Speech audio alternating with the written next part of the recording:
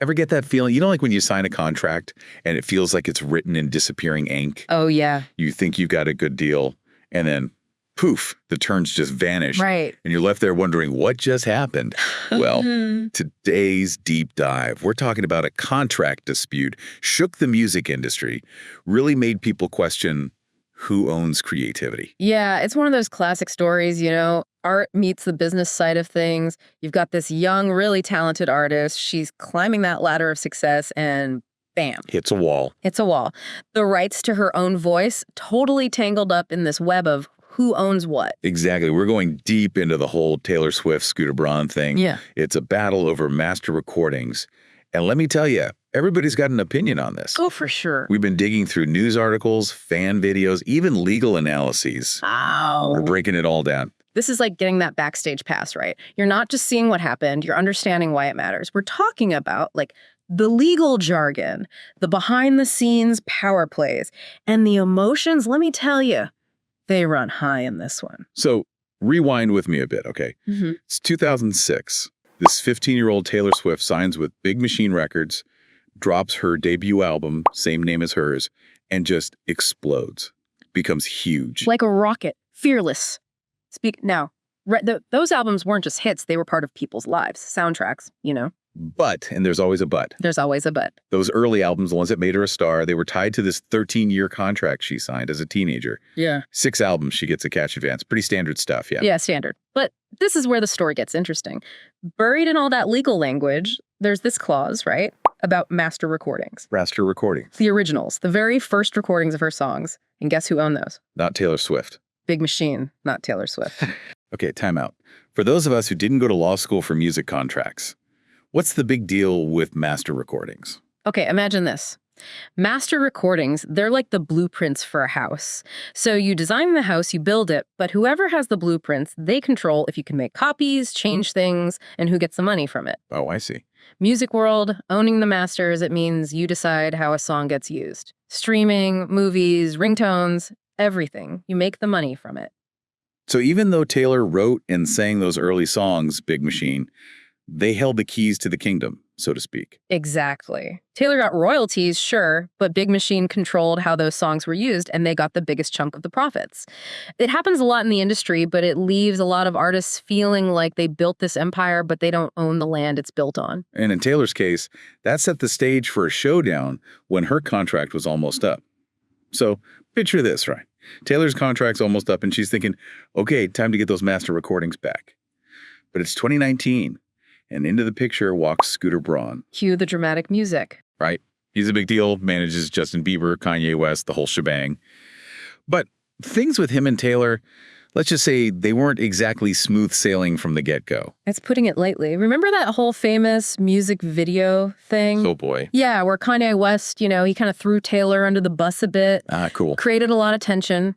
And then there was that Instagram post by Justin Bieber, almost like he was mocking the whole situation. Adding fuel to the fire. Totally. Whether they meant it or not, it left a mark.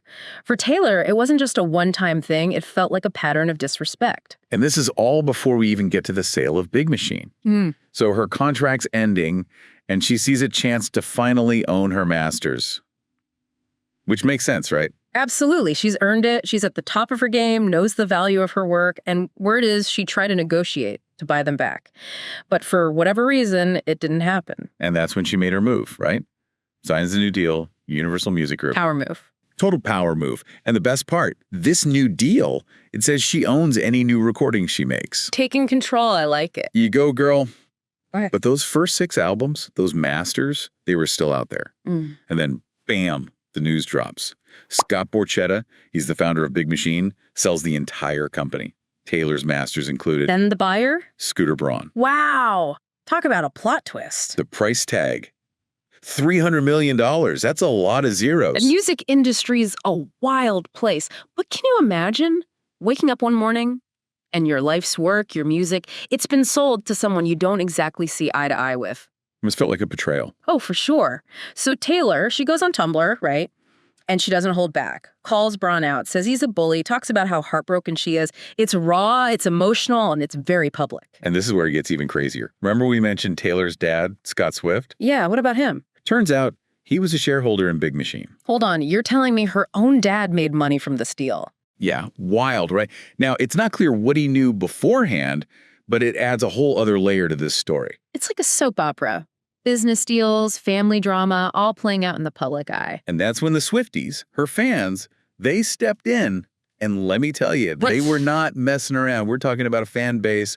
Okay, these guys are next level. And they went into overdrive. Oh, yeah, the Swifties, they were not playing. Think about it. A whole army of fans online, hashtags, trending topics. They were fighting back. They boycotted Braun's other artists, flooded social media with support for Taylor. They wanted everyone to know this wasn't just business. This was personal. It was like they were saying, you come for one of us, you come for all of us. Right, got to give them credit for their dedication. Although, got to say, some of it maybe went a little too far. I mean, Braun was getting actual threats. It's a good reminder that even when you're passionate, got to keep things respectful. Yeah, there's a line.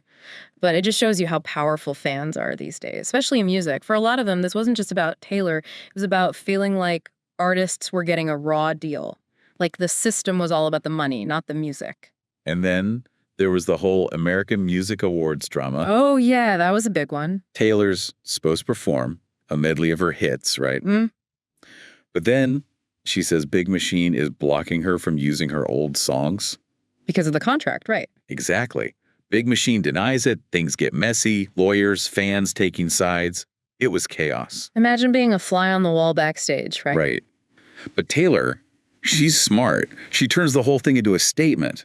Remember that white shirt she wore with all the album names written on it? Oh, yeah, I remember that. Subtle, but man, so powerful. She couldn't sing the songs, so she wore them instead. Genius. It's like she was saying, hey, these are mine, even if I don't own those exact recordings. Talk about turning a bad situation around, right? Totally.